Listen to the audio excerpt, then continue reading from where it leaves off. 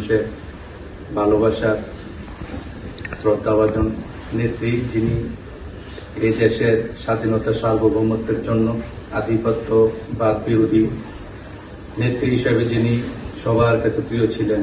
দোয়া করবেন সবাই, নেত্রীর জন্য প্রাণ খুলে দোয়া করবেন, আল্লাহ যেন তাকে জান্নাতবাসী করেন।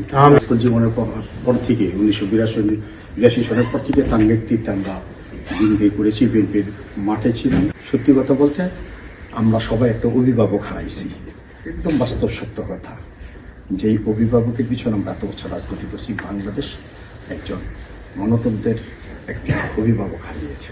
তিনি বাংলাদেশকে অন্তত দুইবার গণতন্ত্র পুনরুদ্ধার সংগ্রামে নেতৃত্ব দিয়েছেন এবং আমরা জানি যে বিএনপি বাংলাদেশে বারবার শহীদ জিয়া রাষ্ট্রপতির হাত ধরে প্রথমবারের মতো গণতন্ত্রায়ন হয়েছিল বাংলাদেশে।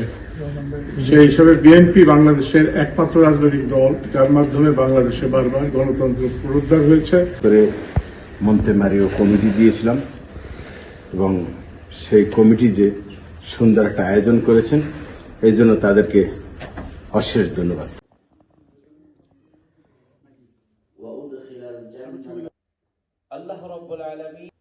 আল্লাহ রাব্বুল আলামিন পরে গিয়েছে দেশের জন্য যা ভালো কাজগুলি করেছেন, সেই ভালো কাজের ওসিলা করে আল্লাহ মেহেরবানি করে তার কবরটাকে জান্নাতের বাগান বানায়া দাও।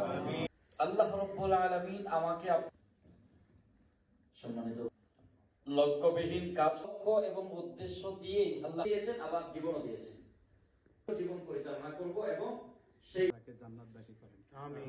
আমিন। দেওয়ার জন্য আমি প্রধান অতিথি হিসেবে আছেন আমাদের সাথে, এই জন্য তাদেরকে উপস্থিত আছেন ইতালি বিএনপির সদস্য জিন্নাত সম্প্রদায় যার প্রাণ আছে মন্তেমারিয়াবাসী এবং মন্ত্রে করছি আলহামদুলিল্লাহ।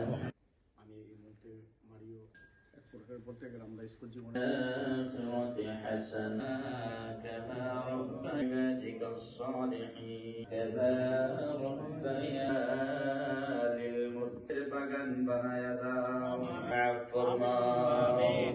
কবরগুলিকে জান্নাতের বাগান, বিশেষ করে আজকে আমাদের দেশটাকে শান্তিময় ইলাহা ইল্লাল্লাহ মুহাম্মাদুর রাসূলুল্লাহ সাল্লাল্লাহু আলাইহি ওয়াসাল্লাম।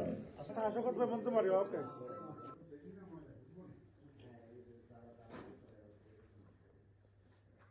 বাংলাদেশের 18 কোটি